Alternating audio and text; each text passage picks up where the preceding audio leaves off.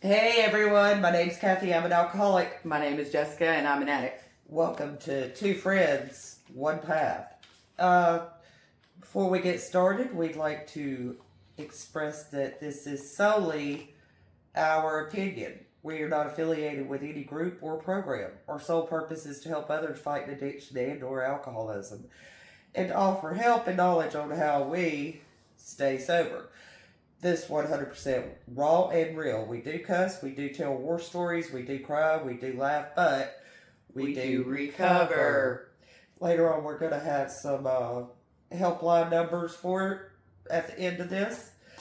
And so, I'll turn it over to Jess so she can go over our step 7 tonight. Golly, we are already over the hump. We're at step 7. And at step 7, we had to be entirely ready at step 6 to have God remove our defects of character. What was step 7 now? Humbly ask Him to remove our shortcomings. Ooh, so we had to actually do some action in this one. We have to humbly ask God to remove our shortcomings. That's a lot. You know, people get humility and humiliation confused. The difference between the two is humility and humiliation. The humility builds character and connection, while humiliation breaks down self-esteem and creates isolation. What is humility? What actions? No. Where's the you had a definition of humility, didn't you? Oh, well, no, just to actually, I had the example, sorry guys, of shortcomings. Okay. And whenever you do the step 7, you have to approach with an honest, ego-free, and realistic assessment of yourself, both strengths and limitations. And it signifies letting go of self-pride, or pride in general, self-centeredness, admitting vulnerability, and willing to ask for your higher power to help remove your shortcomings. Mm-hmm. So, example of shortcomings, which we done last week, but a lot of people, I think, sometimes get shortcomings and character defects Confused. They are slightly different. Yes. So the difference. All right.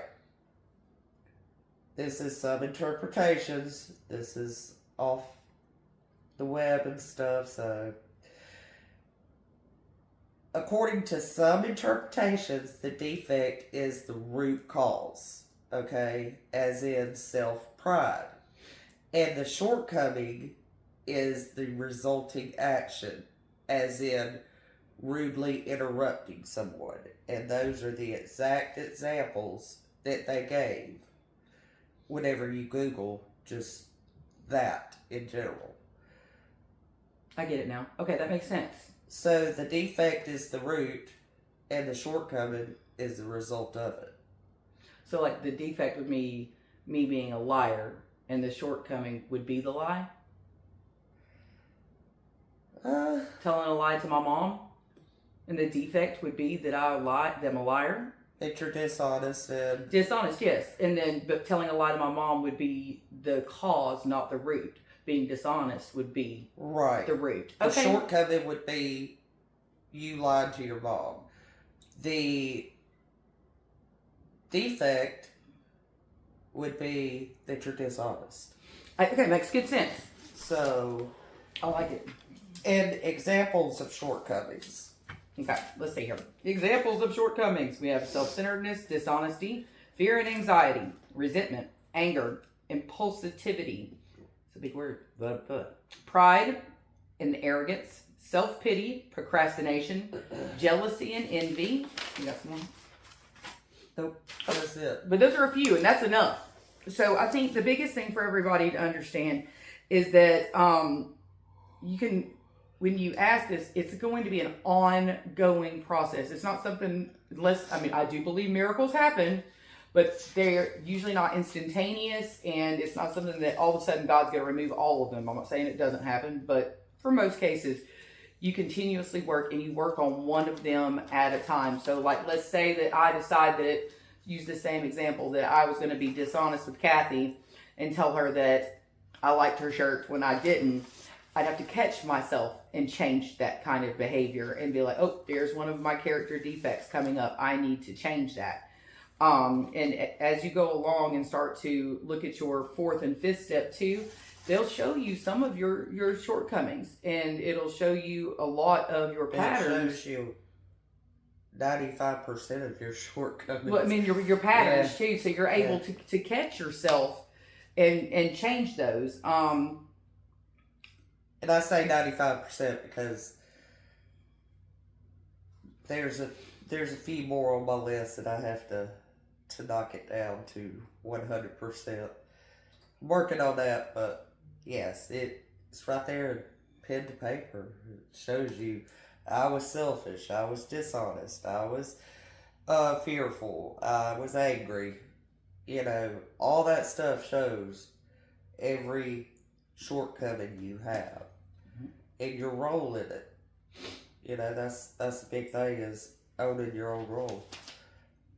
It says letting go of behaviors may be hard and may create a sense of loss for you. Some of your old defects are like old friends, and it's normal to grieve their loss because you're in survival mode as an addict and alcoholic a lot of times, and you find these defects that work for you. And I've mentioned this before. And so sometimes you don't know how to live without using them. And you grieve them. Like, you can't react a certain way anymore. You can't use your dishonesty to get the things that you want anymore. So you actually have to relearn how to live and how to act. And not doing them sometimes is hard.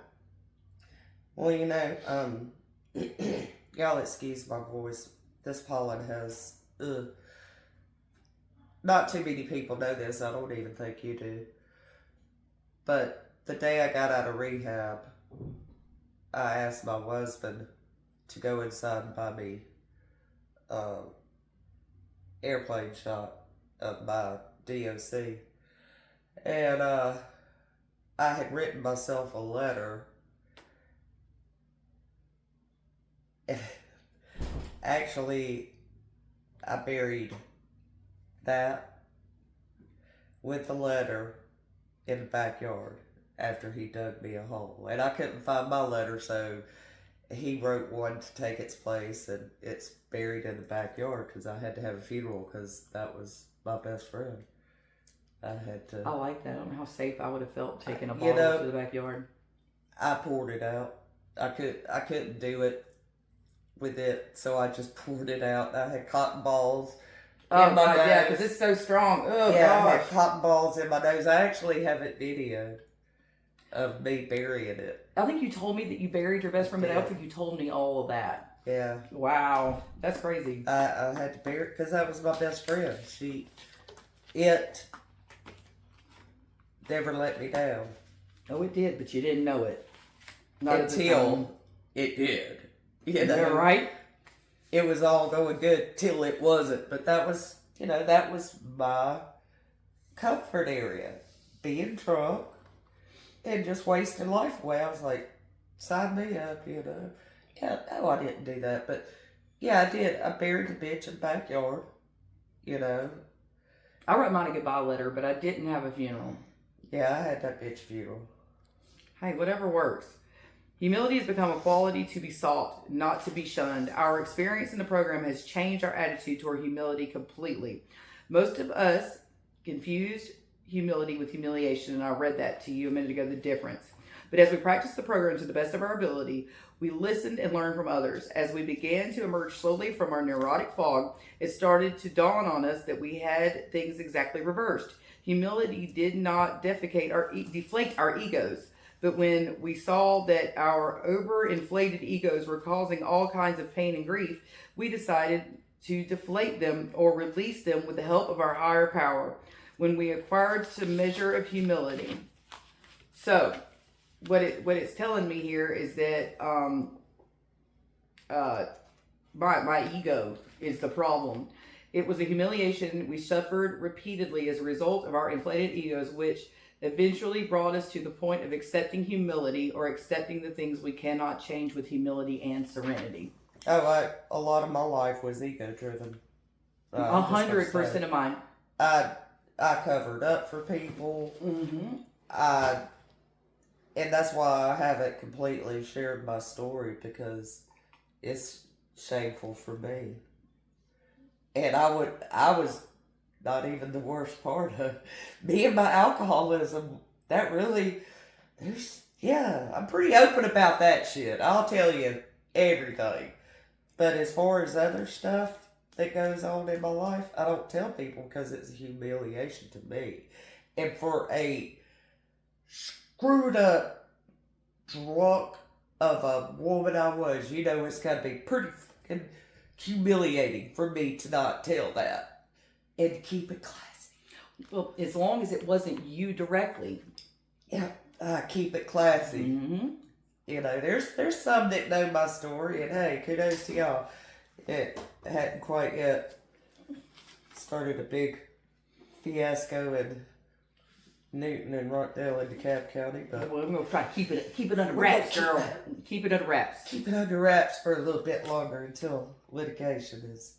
Anyway, go ahead. Egos. So ego is number one our problem, and so we have to always check our egos and remember that as long as our egos were still in the fighting to change things, we could not change. We were butting our heads against a proverbial wall with an inevitable result of a bloody head, a bruised ego, and a new humiliation. So it sounds to me like if you don't get humble, you get humiliated. Humble or you'll crumble. That's right. So I believe humility is the principle behind this step. And, I found unless I do humble myself before my higher power, I get nothing in return. I have to humble myself before my higher power to get anything from him, because it even says, in the other big book, to humble yourself before God. To achieve inner calm, we must develop humility, the ability to accept things as they are when we cannot change them, and to seek God's help in changing the things we can. And that sounds like the serenity prayer to me. Verbatim. Knowing that there are things in this world that I cannot change, and I have to accept that and be okay with it. The only thing I can control today is me, myself, and I. And sometimes not even that, because if I were to fall over a heart attack today, I can't control that. But what I can control is the way I act, the way I react, the things that I say, and the things that I do. And if my ego is in check, I will be humble about these things. Checking motives is always number one. So in step 7, you have to start to remove one shortcoming at a time. And like I said, you'll go back to your step 5 and step 4 and look at what is that? Mm-hmm. That's a weird noise. Vacuum cleaner downstairs? Maybe. Anyway, they're coming to get us. Okay, so anyway, I hope those bitches are clean. Mm-hmm. Sorry. That would be cool. So anyway, what was I saying? You were saying, what's that weird sound? Yeah, what was that weird sound? But anyway, so your 5th and 4th step will show you where each of your shortcomings lie, and you are able to remove them one at a time. You don't take on more than you can chew, because guess what? You're not going to get anywhere. So day by day, I have to watch myself, and I have to do that daily inventory and write down those things that I do. And every day I have to go back and look. And if I've made a mistake, I have to make an amends. And if I hurt someone else or been dishonest, I have to make an amends. And then I have to make sure that I'm changing my behaviors, because that's the goal. A changed behavior is the goal here. That's why we're getting ready at this point to make amends.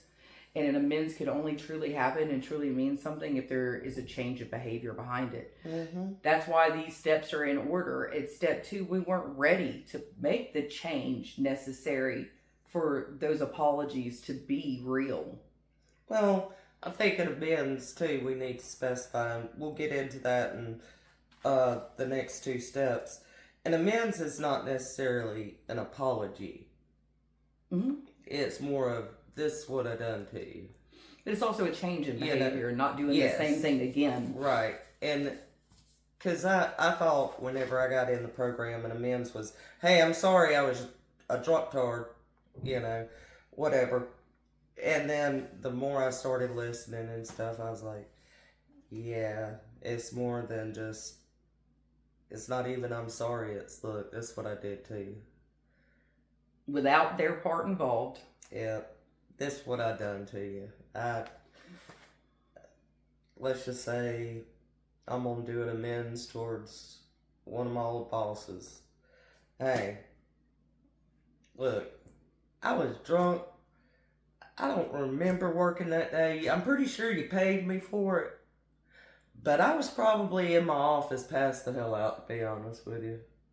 I probably should pay you back X amount of dollars per hour for a few days' work. You know, instead, where my mind could go is, well, you know what? He didn't pay you a vacation pay. He didn't give you that high dollar Christmas bonus like you had been getting previous years before. That's me justifying my shit. Or instead of when you say, hey, I was drunk and I was passed out and you paid me for it, but you were a jerk to me earlier that day. We don't bring up their part. Yeah. We just take our part. And that's what it is. It's cleaning up our side of the street. And those resentments, just like I just said, the resentment of, you didn't give me that big Christmas bonus. You didn't, give me a raise in so many years. Those resentments is what's keeping me from going to this boss and saying, hey, I probably owe you a few $100. Because, there was a couple of times I was passed out in the bathroom on the clock. And that's why step 5 is before that. So, you got to get rid of those resentments, because then you try to justify shit. And there's no justifying, and I'm sorry, it's just like saying, I agree, but, I'm sorry, but, there's no buts after it. I'm sorry. That's all that's needed. We need to remind ourselves as often as necessary to accept God's help in all of our affairs. We must ask Him over and over again to help us surrender our most troublesome and ingrained shortcomings. The important thing is to keep trying gently, and progress will come at our own inner pace. Though miracles do happen, we do not expect or command them. If we ask God to remove defective character and it is not removed, we need not to be discouraged or become angry with God or ourselves. We have to work slowly, where we have to be entirely willing to have them removed. It merely means we must go back and work a little longer and a little harder, but baby steps is the key. You can end up with a drink in your hand really fast, getting discouraged about change, and to be easy on yourself. There's a big saying, was it easy does it? Easy does it. Easy does it. Be easy on yourself and give yourself some grace. Give yourself a lot of grace with this step. It's not going to be overnight, but like I've said before, others will notice the change in you before you do, and they'll be like, "Oh yeah, oh wow!" In a situation like that, you used to would have been dishonest with me, but now you come and you've been honest. Wow, there is a genuine, sense of change that's happening in this person. We must demonstrate our complete willingness on an ongoing basis. We must give our full consent. We cannot expect our shortcomings to be removed if we continue to behave as we did while waiting for God to do it for us.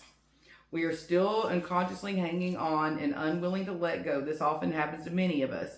It is only one more indication from our unconscious that we are human. Keep trying. We may be helped in this by remembering that we are neither saints nor God. We say it in our other fellowship that we are not saints. That way or not. So it's a progress. It is a slow progress. It is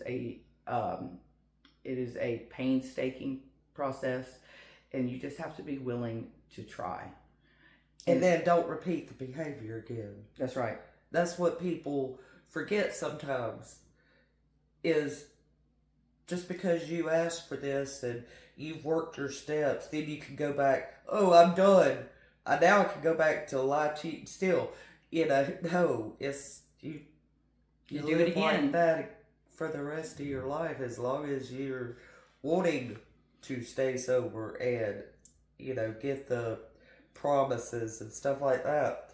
And, a lot of people that don't understand, again, this is the 12 steps for anything. Anybody and everybody, not just alcoholics and addicts. Yeah, so some people say, well, I don't understand those steps and stuff like that.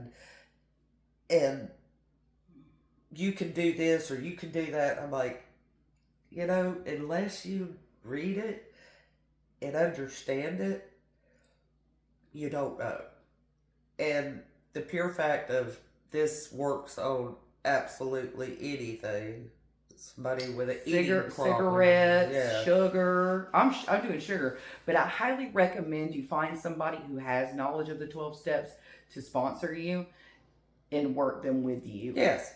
And it doesn't have, it can be an alcoholic or addicts. We seem to be the ones that are doing pretty well at it, just saying. I'm trying to get a movement with anybody. So let's start talking to people who just want to work steps. Keeping an attitude of gratitude is very helpful at a time like this. When you stay grateful, even when you're having to work on yourself, that's a huge help. Gratitude lists are huge at times like this. You start to get down on yourself because maybe you're having a hard time with a certain shortcoming. Do a gratitude list. We also need to remember that this progress of spiritual development is lifelong. Yet we practice it one day at a time, 1 minute at a time, if necessary. And you can always go back.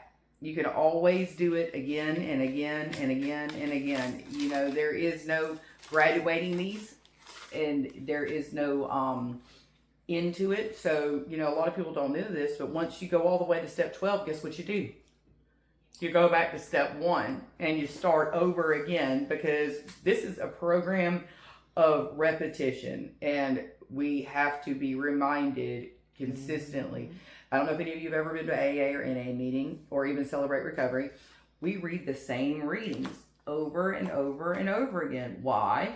Because it's repetitive. We have to be reminded. Step 7, we must realize that we are on our sick bed. The only one to meet our need is God. We are unable, but God is able to change anything we humbly ask Him to. Yep. And it requires lots of prayer. Step 7 requires lots of prayer. Isn't this the sick man's prayer step? Is that what this one is? No, I think that's 6. Is it 6? Humbly ask. Well, I read mine on the what's the trigger. Hold on. Look, while I'm talking, if we can't read it today because we just did 6. We have to let go of them, though. And that's the biggest thing. And we have to ask God to help us with it. We must get comfortable in God's presence and learn to draw near to Him or your higher power. During your time in prayer, ask Him to remove your shortcomings and show them to you. I've asked God to show me my shortcomings, to make me aware when I'm an active shortcoming, to help me see them before I act on them. And just any of those things are good things to ask while you're in prayer with your higher power about working step 7. Like I said, there's no perfect way of doing it. It's just having the willingness to do it, the want to do it, and the need to be different. And that was the biggest thing for me. I just didn't want to be who I was, because I know that who I was made me miserable, and I wanted to cover that person up and drink and cover it up. So what I did instead was I decided that I had hit a rock bottom and I had to find a way out of my hole. And that was a hole that I created for myself. And there is no knight in shining armor coming to get you. The only life I promise you will save is your own. And I had to dig myself out with the help of a program and a sponsor. So anybody can do this, y'all. I really believe that anyone who wants a change of life can work these steps and come out clean on the other side. And you would catch me on a day I'm slipping, because usually I can go to just about everything. And Scott, you want me to look it up on here? Yeah, Scott and I were actually reading the Sick Man's Prayer the other night. I had to be reminded. Where do I find it? Just look up Sick Man Prayer AA. I had to look it up because the 1 minute Bible that we read also is what Scott and I read at night. Actually, he reads it to me. Oh, that's cool. Yeah. And we write in it, stuff like that. But I can't remember what day it was, but it was talking about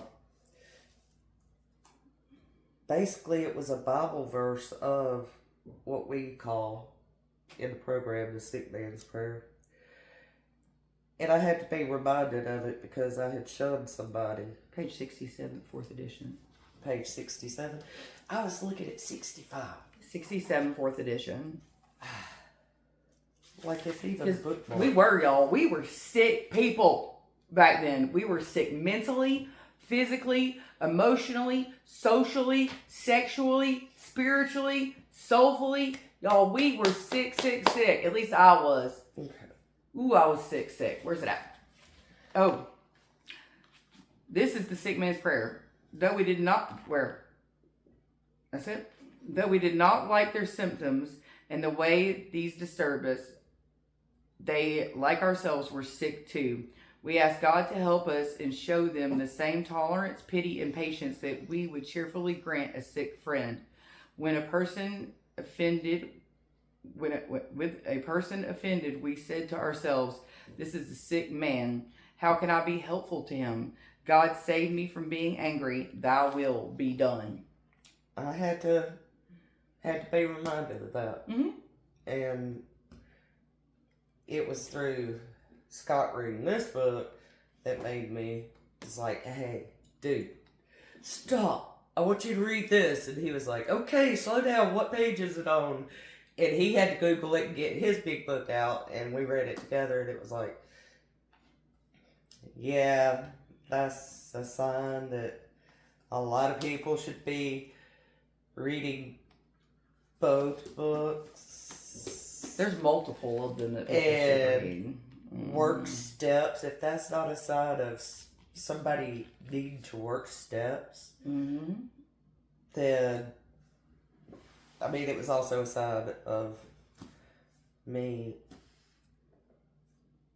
giving somebody a little grace and not necessarily kicking her whenever she's down, but not pulling her up every time she needs a hand.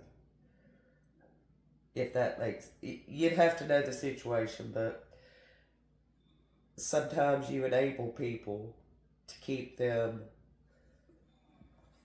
You enable them too much where they won't get help because they haven't hit that rock bottom. That's tough love. I would never turn my back on a fellow alcoholic at all, but I also have to keep my boundaries. Well, the thing that other people don't understand too is that we have to protect our own sobriety. Oh yeah, and our sobriety comes before helping anyone else. Anybody else's. Yeah, because I'm useless being a drunk. The only thing I was useful for being a drunk was to keep certain companies in business. You know, I should have become a stockholder or some shit. Yeah, that probably would have had a better job for you. So if I would read this, y'all, this is I don't know if y'all know this or not, but if you are a spiritual person, which I hope you are because that's important in this program, not religious, spiritual. There are prayers with every step. Yep. And it's on the Everything AA app. This is step 7. My Creator, I'm now willing that you should have all of me, good and bad. I pray that you now remove from me every single defect of character which stands in the way of my usefulness to you and to my fellows. Grant me strength as I go out from here to do your bidding. Amen. That's my favorite. That's 7th step prayer, Mm-hmm. right? Yes, it is. That's my favorite, y'all.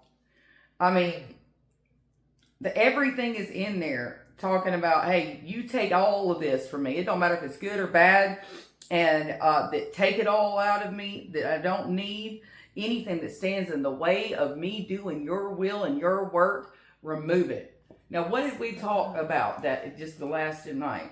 About God, anything that's not for me, take it out. Yep. And then don't go back and say, why? Why did you take it from me? I think you took the wrong one. No, gosh, no, don't take anything but that one. Yeah. No, it doesn't work that way. So when God does start to move in your life, don't question it and just know that that's what you asked for and that things are going to make sense later. You know, I use that a lot. Make it make sense. The math ain't math, and mm-hmm. you know, and I'm big about make it make sense to me. Mm-hmm. And I don't have enough. I think that's me being still have trust issues. Something I'm working on, but I have to make it make sense. And if you have to really, if I'm like, make it make sense to me, then I'm questioning, you know, because I'm still working on that trust. You know, if I ask somebody, hey, how to get to Atlanta, and they say, well, first you go down to, let's just say, they say get on 285, take 75, then 85, and then blah, blah, blah. And then come back the backwards way. Yeah, and I'm like, why would I do that whenever I could just go straight up I-20? And if they say, trust me, you'll thank me later, I'm like, make it make sense to me. It's core to who it is, because if I look at them and I'm like, all right. But 9 times out of 10, I'm like, no, make it make sense. But if I'm really trusting in that person, then I know this person well enough to know he's probably already wazed it and saw that I-20's closed and 285, you know, it's that with me. And I say that very, very often, make it make sense. The math is not mathing. So, that is one of my, I don't know if that would be a character defect or a shortcoming. It's Trust not issues.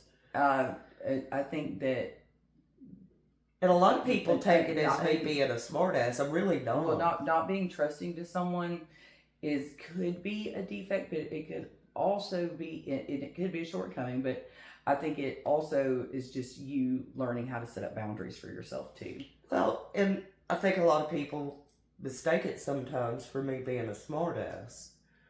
And it's not that I'm being a smartass, but if I can't make it make sense in my head, I want to know what I'm missing.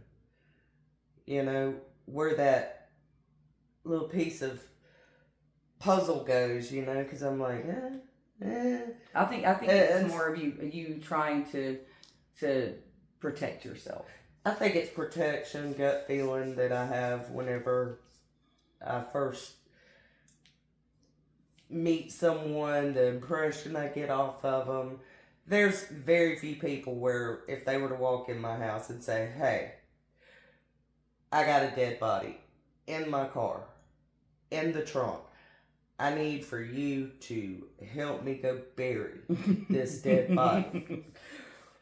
There are very few people that I'd be like, all right,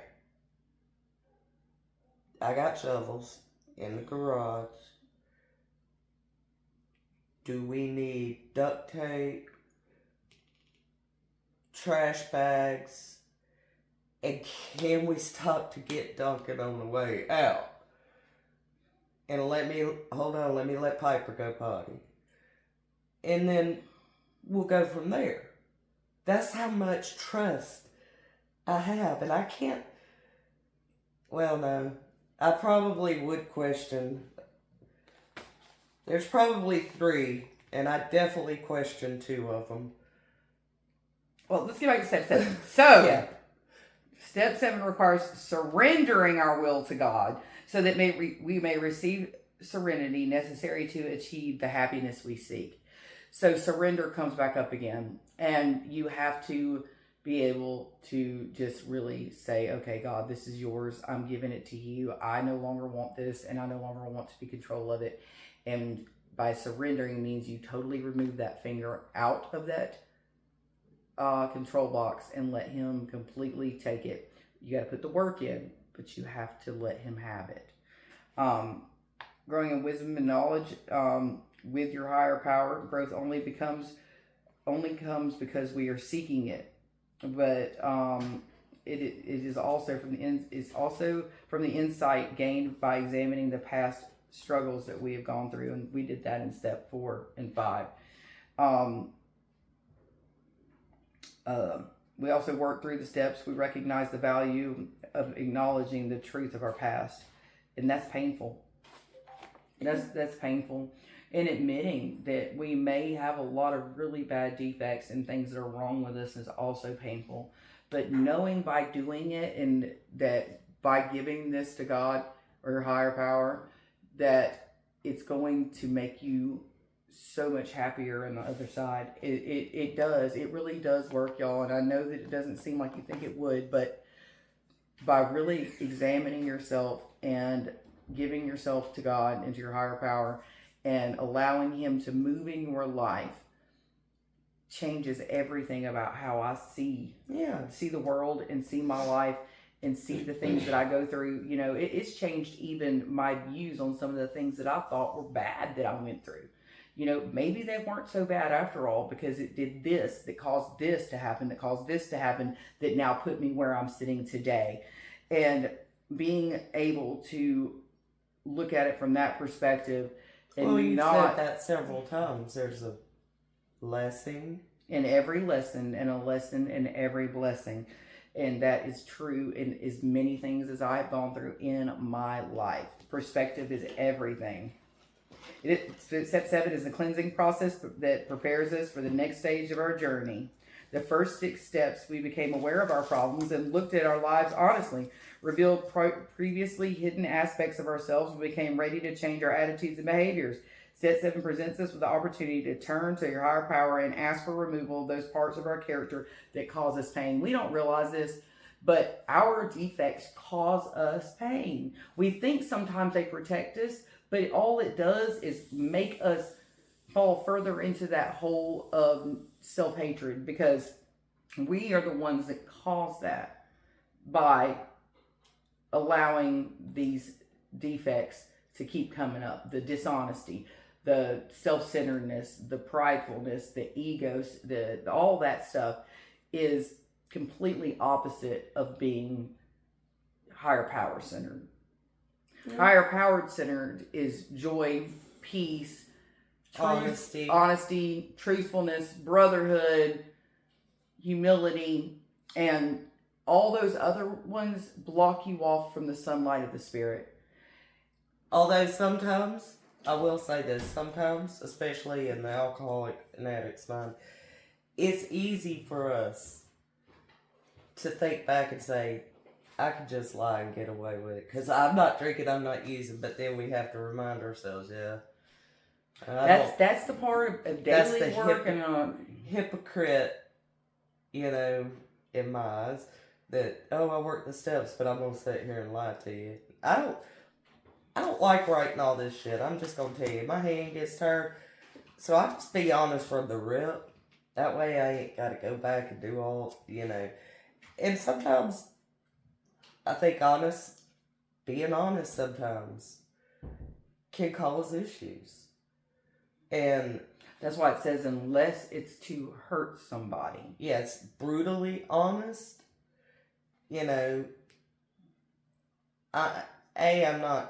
I'll just smile if I really don't want to answer whatever you're asking. Like, how do I look in this dress? It's like, There's a difference. you If know, somebody yeah, if somebody comes to me and says, "Hey, how do I look at this dress?" and I truly don't like it, I would say to them, it's not my thing, but if you like it, right.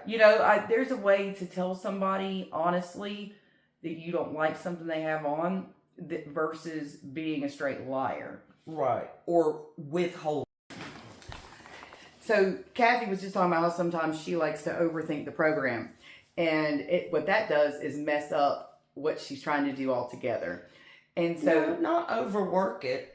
No, I mean, like, you were just explain again. Okay. I'm just going to give a weird example. All right. So, you asked me for pictures, okay, of something. Screenshots of a text message. And I give them to you. But I withhold the very last screenshot that you probably should be aware of. But is it going to hurt me? It may. Okay. But my alcoholic mind says they didn't ask for every screenshot. Because I'm trying to keep from hurting. That goes back to you don't want to hurt someone. So what it says and it may not be a person. It could be a company. Right. But I can sit there and say, look, I should probably have been honest with you from the rip. And I was honest, but I forgot to send, no, I didn't forget. I didn't send this last damn screenshot, which probably need photos of, It would be a case-by-case basis on that, but I think... It ate my lunch for like a week. I know. It ate my lunch. You overthink it too. Like I'm saying, though, sometimes you gotta understand that you're not being dishonest by not hurting or letting somebody get hurt.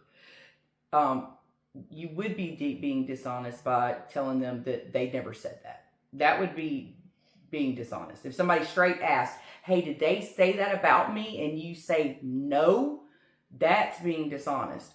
But you could always tell somebody too, hey, look, I prefer not to be in the middle of this. If it's something between two other people, you don't have to be involved. You can always say, look, I would just rather not be involved in this. You need to speak to them. So there are ways around not actually being a liar. There are ways to be honest without hurting people too. And the lesson is just be honest in the first place. It takes so much memory to remember a lie. Just be honest in the first place. Yeah, that's it right there. It says too, we're talking about being honest and self. Before the beginning of this program, we avoid looking at ourselves honestly and admitting the extent of our disabling behavior. Meditating on this version of your higher power in your life will focus on our attention of living life according to the example of what you want to live and begin to free us from disabling burden of self. Being with your higher power and working with your higher power increase your concern for the whole human family and put the obsession with self into its proper perspective. We'll finally recognize the person that we have been and understand who we are and look forward with joy to the person that we are becoming. So, as long as you depend on your higher power to get you there and you actually work hard as you can on these defects of character, they will slowly diminish and your relationship with your higher power will grow and you will start to experience these things. Like I said, you're cut off from the sunlight of the spirit with all these negative things. When you start doing the right thing and the positive things, that wall starts to come down and you're able to start connecting with your higher power. And what step do the promises start coming is what it says. The 9th step promises.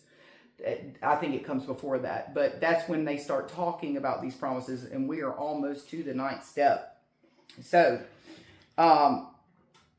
through working these steps, we are progressing toward a happier, healthier life. We see how the opportunities and blessing that your higher power brings into your life surpass anything you could ever create on your own. Having completed the first 6 steps, we are becoming aware of the multitude of benefits that are available to us. Through this awareness, we have become grateful for the program and secure the knowledge that our lives are improving. I'll tell you, there's been so many improvements in my life since I've worked these steps. I don't even really think about my shortcomings as much as I used to because I've worked on a lot of them. My first gut reaction now is not to tell a lie or even think about it anymore. I just instinctively know now, because I've ingrained that new. Okay, so as I said, we have a CARES warm line. That is a person just like me who got their CARES certificate and I passed my test. Somebody that can direct you to services, y'all. We are going to close out with our prayer in our usual way. Yes. Without Piper, she's being a little. She was over here for a little while. Yeah. All right. God, grant us the serenity to accept the things we cannot change, the courage to change the things that we can, and the wisdom to know the difference. And remember, if nobody tells you today that they love you, we do. We love you. Y'all have a great day. We'll see y'all next week.